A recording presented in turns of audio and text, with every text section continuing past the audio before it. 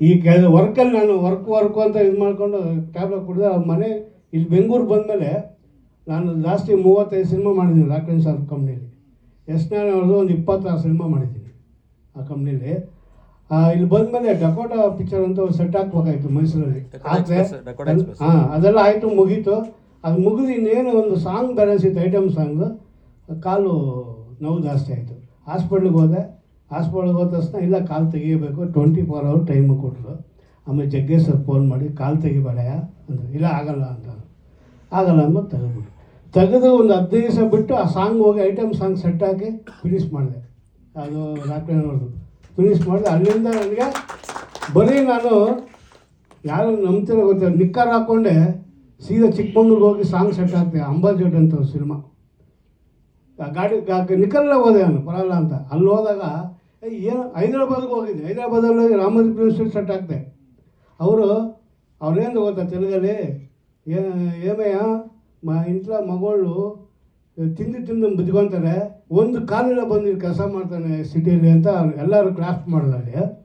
ಆಮೇಲೆ ನನಗೆ ಉಪ್ಪಿ ಸಾರು ಫೋನ್ ಮಾಡಿ, ಪ್ರೇಮ ಅವ್ರಿಗೆ ಫೋನ್ ಮಾಡಿ, ಬಾರೋ ಇಲ್ಲಿ ಮನೆಗೆ ಬಾ ಅಂದರು. ಇಲ್ಲ ಲೊಕೇಶನ್ ಬಾ ಅಂದರು. ಬಂದೆ. ಉಪ್ಪಿ ಸಾರು ಕರ್ಕೊಂಡೋಗಿ ಆ ಡಾಕ್ಟ್ರಿಗೆ ಫೋನ್ ಮಾಡಿ 2 ಲಕ್ಷ ರೂಪಾಯಿ ಕೊಟ್ಟು ಕಾಲು ಹಾಕ್ಸಿದ್ರು. ಈಗ ಅವರಿಂದ ನಾನು ನಡೀತಾ ಇದ್ದೀನಿ, ಅವ್ರ ಹೆಸರು ಹೇಳ್ಕೊಂಡು ಬದುಕ್ತಾ ಇದ್ದೀನಿ. ನನಗೆ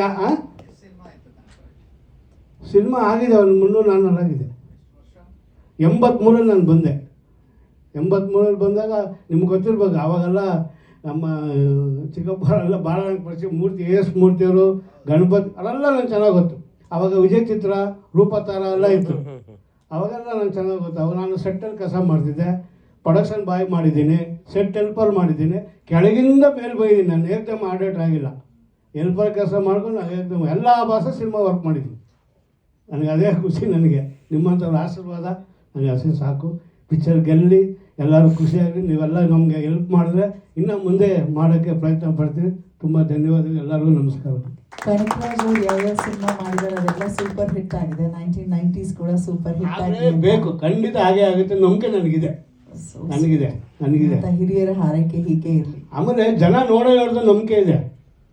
ಈಗ ಒಳ್ಳೆ ಊಟ ಅಂದರೆ ಹುಡ್ಕೊಂಡು ಹೋಗ್ತೀವಿ ಹೋಟ್ಲಿಗೆ. ಕೆಟ್ಟ ಹೋಟ್ಲು ಹುಡ್ಕೊಂಡು ಹೋಗ್ತೀವಾ? ಹೋಗಲ್ಲ.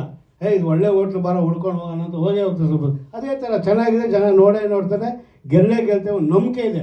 ನಂಬಿಕೆ ಇರಬೇಕು ಯಾವತ್ತು ಮನುಷ್ಯನಿಗೆ.